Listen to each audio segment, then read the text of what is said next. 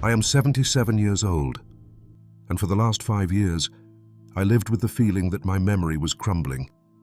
Slowly, but relentlessly. It started with small things. I would leave my keys in the refrigerator. I forgot the name of a neighbor I had greeted for over 20 years. I found myself telling the same story to my grandchildren without remembering that they had already heard it. At first, I laughed it off, took it with humor. But over time, the laughter faded. I began to feel shame, confusion, fear even. Fear of losing parts of myself. Fear that one day I wouldn't remember how to get home. That the face of my wife or my children's birthdays would begin to fade, as if someone was erasing them with an invisible eraser. For a long time, I accepted that this was part of aging, that it had to be that way, that I had to resign myself to living with a mind that was no longer so clear, so agile, so mine. Until I tried something different. It's called Phosphatidylserine. It's not an easy name to remember, ironically, but after taking it for a week, something changed. And I'm not saying this to exaggerate or to give you false hope. I speak to you as someone who had already lost faith in his own mind. As someone who, after many attempts, many disappointments, finally felt like he had turned on a small light in the middle of the fog. In the next few minutes, I will tell you exactly what I felt, what I started to notice, what this substance is, why it seems to work, and above all, whether you could benefit from it too. I'm not a doctor. I'm not a scientist. I'm just an older man who felt alive again. Because his memory, at last, stopped slipping away. Stay with me. And before we begin, let me ask you something. How old are you? And from where are you watching this video? I would love to know. Because maybe we're not as far apart as you think. There wasn't a precise moment when I realized something was wrong. It was a slow, almost imperceptible process. Like when the sun sets, and suddenly you're in darkness without knowing exactly when it happened. At first, they were minor details. I struggled to remember the name of the nurse who took my blood pressure every week. I forgot the 4 digits of my supermarket card, even though I had used them for years. I would get up to look for something, and upon reaching the kitchen, stand there staring into space, not knowing why I had come. Then came more important forgetfulness, birthdays, medical appointments. Once I went to the bank on a Monday thinking it was Friday and sat in the wrong line for 20 minutes without understanding why it wasn't moving. Another time I forgot I'd put rice in the pot and only noticed when smoke filled the kitchen. It wasn't simply being distracted. It was feeling like a part of me was disconnecting. My family started to notice it too.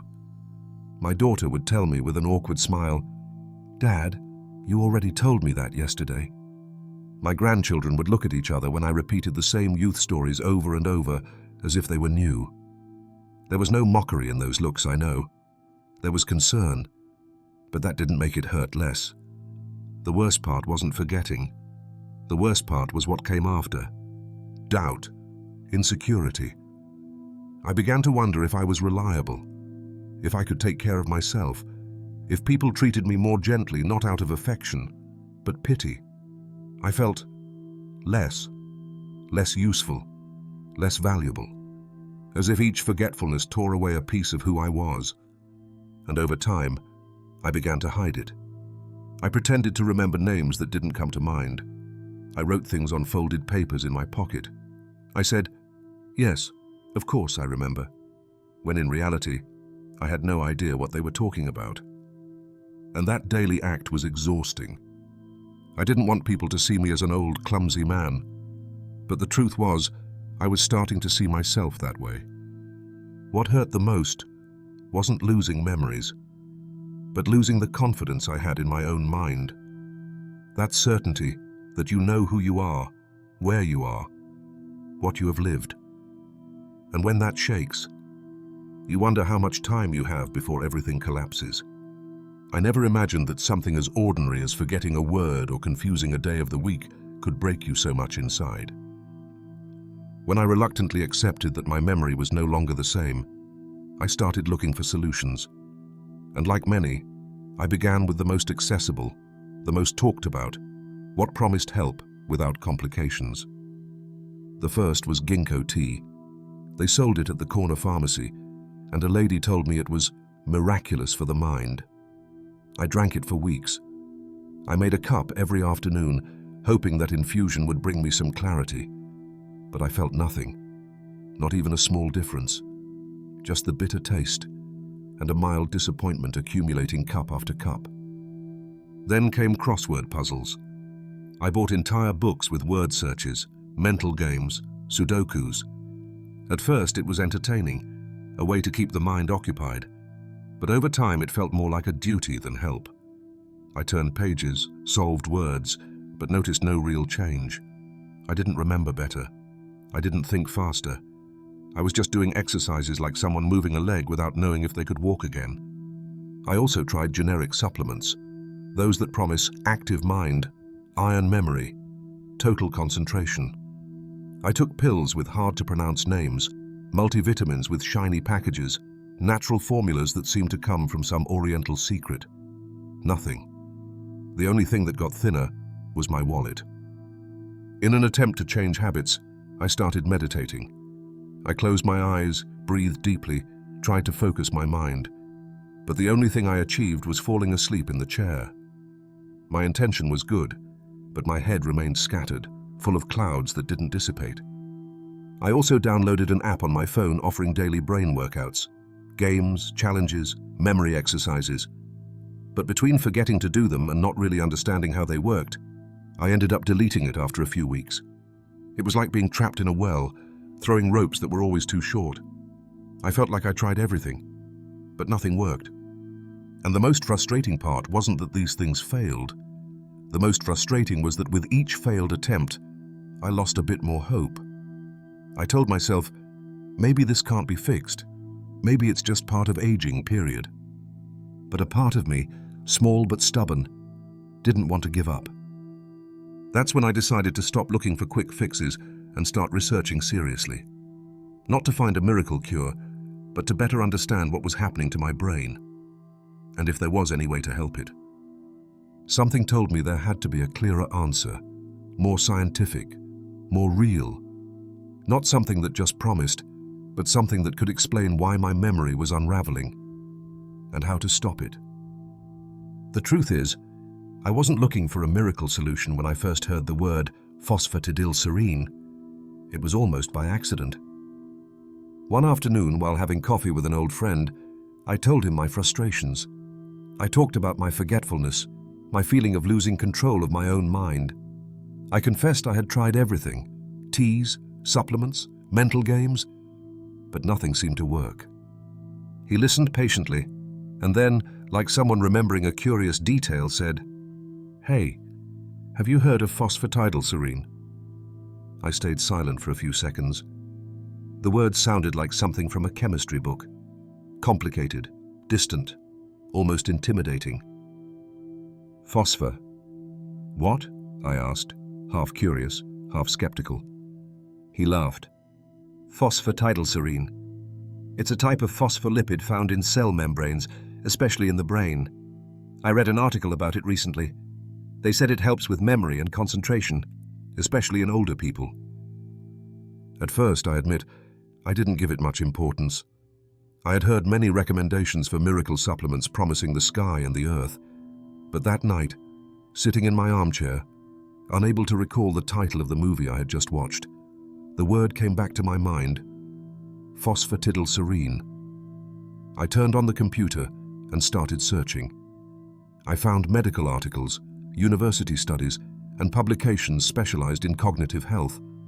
I read that phosphatidylserine is a natural compound already present in our brain, but that its amount decreases with age.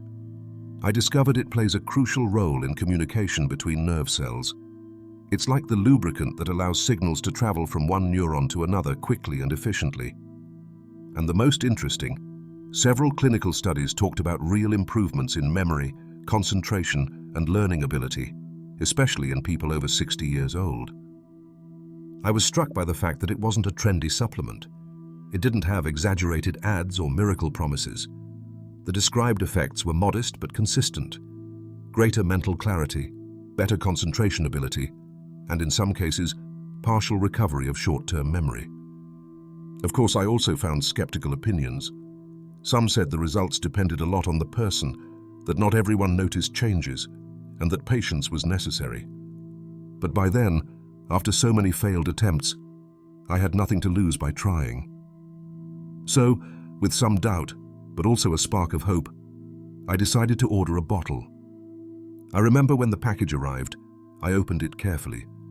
I held the capsules in my hand and thought, well, let's see if there's some truth behind all these technical words this time. I had doubts, of course.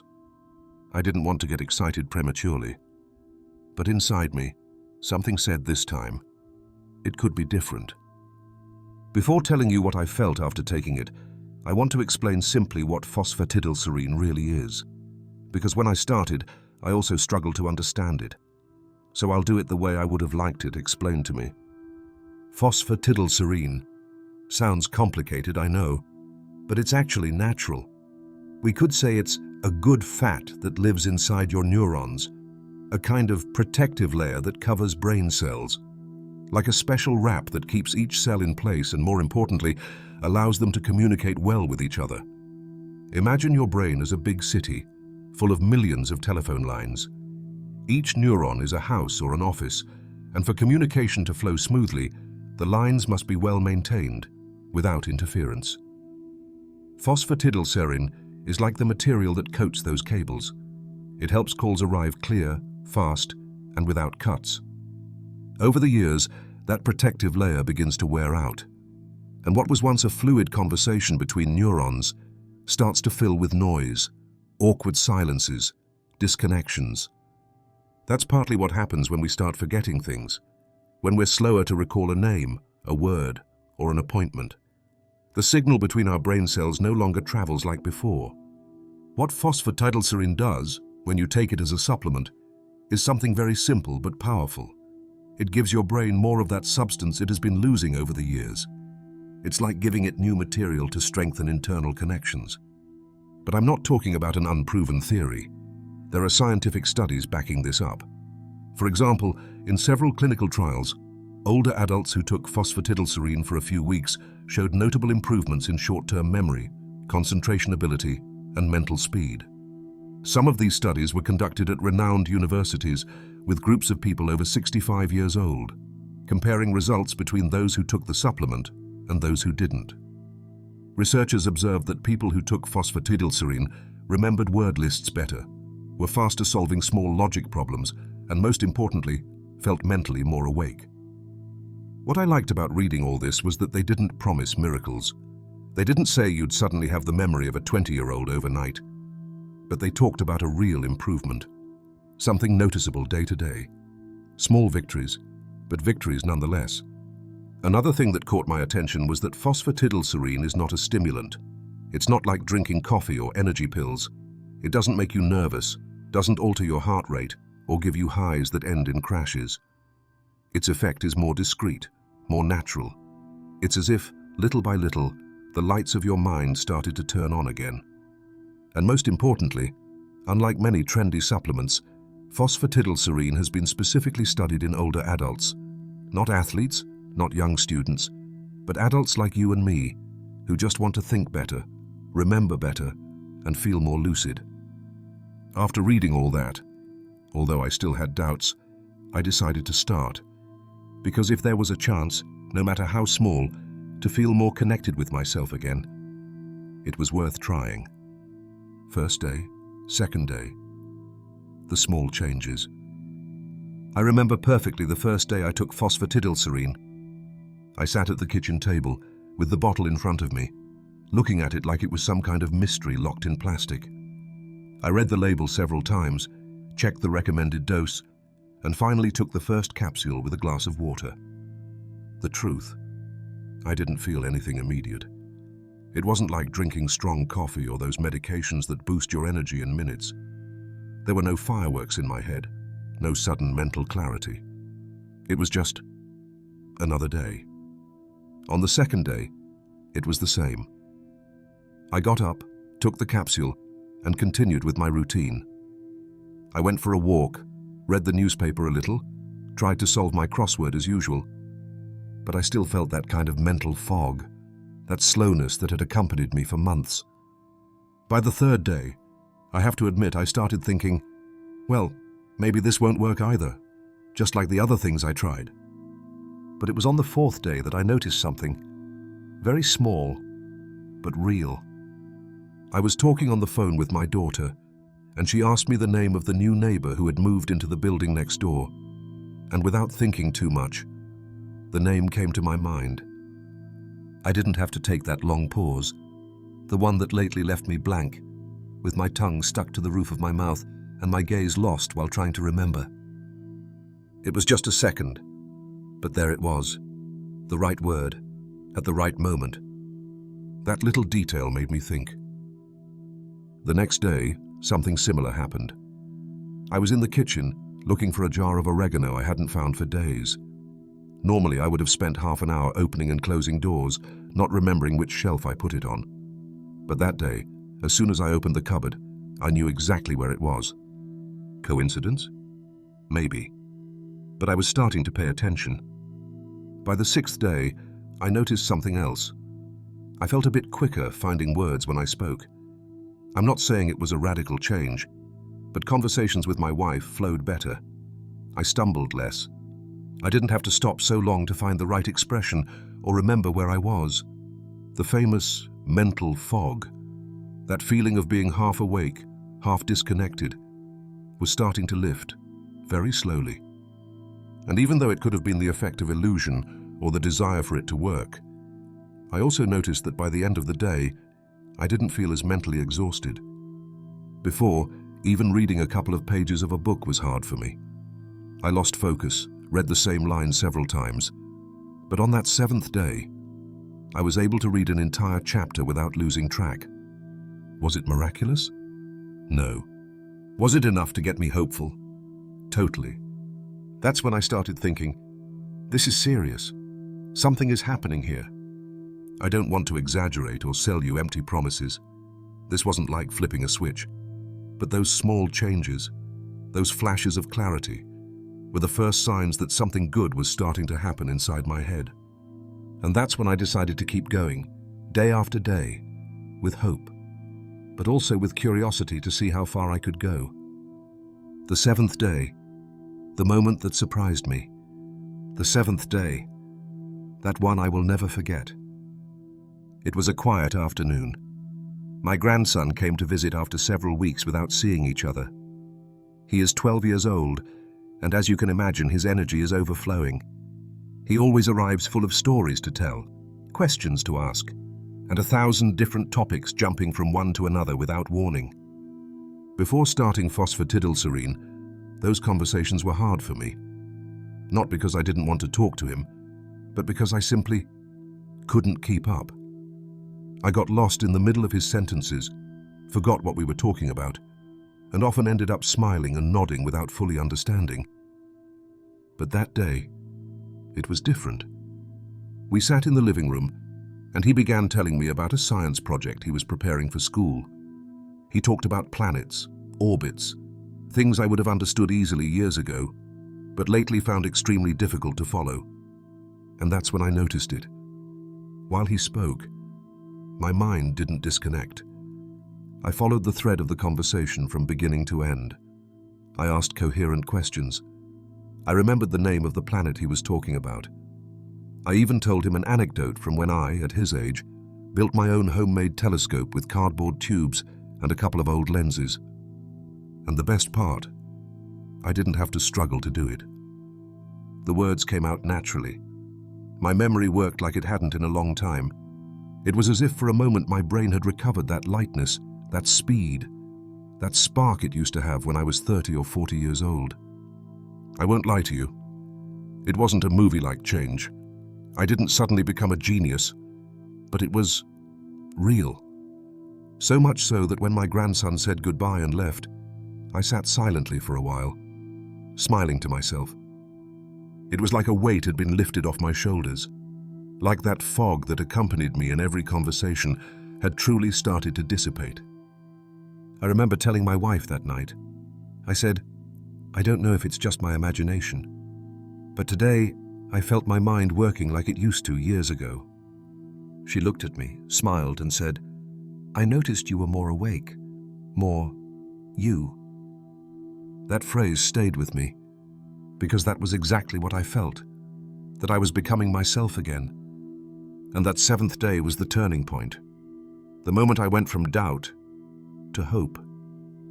It wasn't magic, I knew, but it was something that, at least for me, was working. And what came after was even better. After that seventh day, I confess my curiosity grew even more. So I kept taking phosphatidylserine every day at the same time, with the same routine. And over the weeks, I started to notice it wasn't just about having a good day occasionally. It wasn't a simple coincidence. The changes started to be more constant, more sustained. The first big difference was in my attention level. Before, it often happened that someone talked to me, and halfway through, my mind completely drifted away. I was there, but not really present. Now, suddenly, I could listen to an entire conversation from start to finish without getting distracted. My mind was focused. I noticed I could read entire articles in the newspaper without having to go back to the beginning of the paragraph multiple times. The news on TV stopped being background noise, and I could really follow the topics, understand the details, and even remember the names of the presenters. Another curious change was in language. I don't know if it has happened to you, but lately I was searching for words as if they were hidden at the bottom of a drawer. I would go blank, searching for the right expression, making uncomfortable pauses I didn't have before. But after several weeks taking phosphatidylserine, the words started to flow better. At a family dinner, for example, I surprised myself telling a story from my youth, without hesitation, without losing the thread, without forgetting important details. But perhaps the nicest thing of all was feeling how my emotional memory also improved. I remembered important dates, birthdays, anniversaries, small things I used to forget. I could remember conversations I had days ago. I remembered that my grandson had an exam on Thursday, or that my neighbor told me he was about to change jobs. Small details, but that make a big difference when you want to be present in the lives of others. And that led me to another change. Confidence. I felt secure again in conversations. I wasn't afraid to speak up, to give my opinion, to participate in family meetings or phone calls. I no longer had the fear of stopping mid-sentence or making an embarrassing forgetfulness. People around me started to notice it too. My wife told me one afternoon, "Lately you seem more awake, more yourself." And that comment, believe me, was like a gift. Even my grandson joked one day, "Grandpa, today your mind is really quick." And we laughed together. Feeling mentally present again was perhaps the greatest benefit of all. Not only because I could remember better, but because it gave me back something I thought was lost. The feeling of truly being alive, connected, and enjoying every moment. And the best part is that these changes weren't fleeting. They accumulated, little by little, day by day. But of course, like everything in life, I also discovered some things you should know before trying it on your own.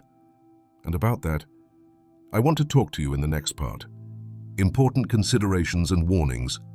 Now, before you run off to buy phosphatidylserine, I want to be completely honest with you. Because if there's one thing I learned during this whole process, it's that there is no magic solution, and there isn't a product that works the same for everyone. First of all, not all bodies are the same. What worked for me might work for you, or it might not. It depends on many factors: your age, your overall health, your diet, whether you exercise or not, and even your stress level.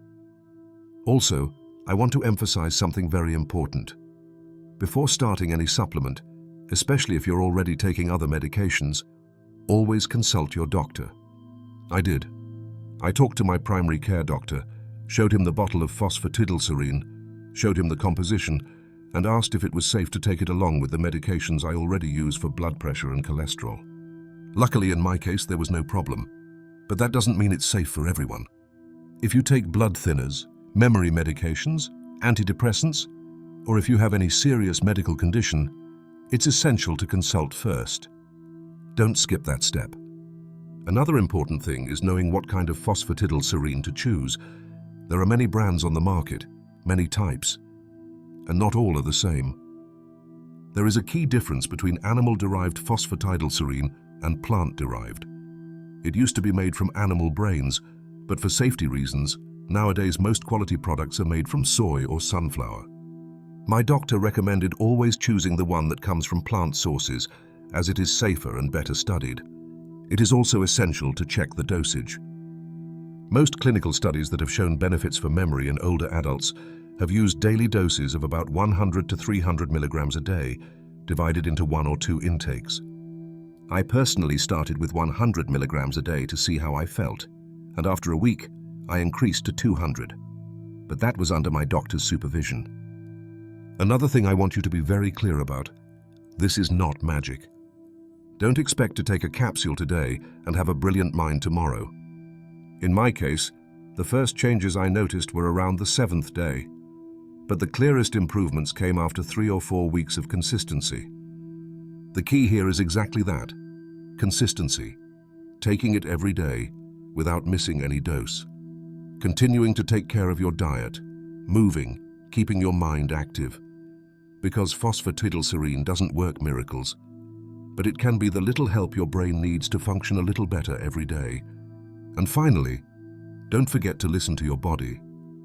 If at any time you feel strange side effects, stomach discomfort, insomnia, or anything unusual, stop, consult your doctor, and check if it's really the right supplement for you. Because at the end of the day, your health is the most important thing. In the next part, I want to tell you some tips I learned to get the most out of its benefits. Little things that, together with phosphatidylserine, helped me regain mental clarity and well-being. Now I want to tell you something that, in my opinion, was almost as important as the supplement itself. Because yes, phosphatidylserine helped. I won't deny it. But I also learned that a pill alone doesn't work miracles if you don't help your brain. What really made the difference was the set of things I started doing around this change. First, let's talk about diet. After reading so much about the brain and memory, I understood that what you eat has a direct impact on how you think, remember, and feel. So I started incorporating more omega-3 rich foods, like salmon, walnuts, and chia seeds. I also added more red fruits to my diet: blueberries, strawberries, blackberries, all known for their antioxidants and positive effect on brain function. Another great discovery was turmeric, that yellow spice I had forgotten at the back of the cupboard. I started adding a pinch to my soups or rice. Turmeric contains curcumin, which according to many studies helps reduce brain inflammation and promotes memory. I didn't follow a strict diet or change everything radically overnight, but I started being more aware of what I was giving my body and my mind. The second habit was sleep. Until recently, I went to bed at any hour. Sometimes I stayed up late watching TV, other times I stayed awake reading or just tossing and turning, worried about 1,000 things. But I understood that a tired brain can't work well, no matter what supplements you give it. So I established a routine: light dinner, turn off screens at least an hour before sleeping, read something calm, and try to fall asleep and wake up always at the same time. Soon I noticed I woke up clearer, less dazed. The third habit was exercise. But don't worry, I didn't join any gym or start lifting weights. I simply started walking every day, half an hour in the morning or afternoon. The important thing was to move, activate circulation, oxygenate the brain.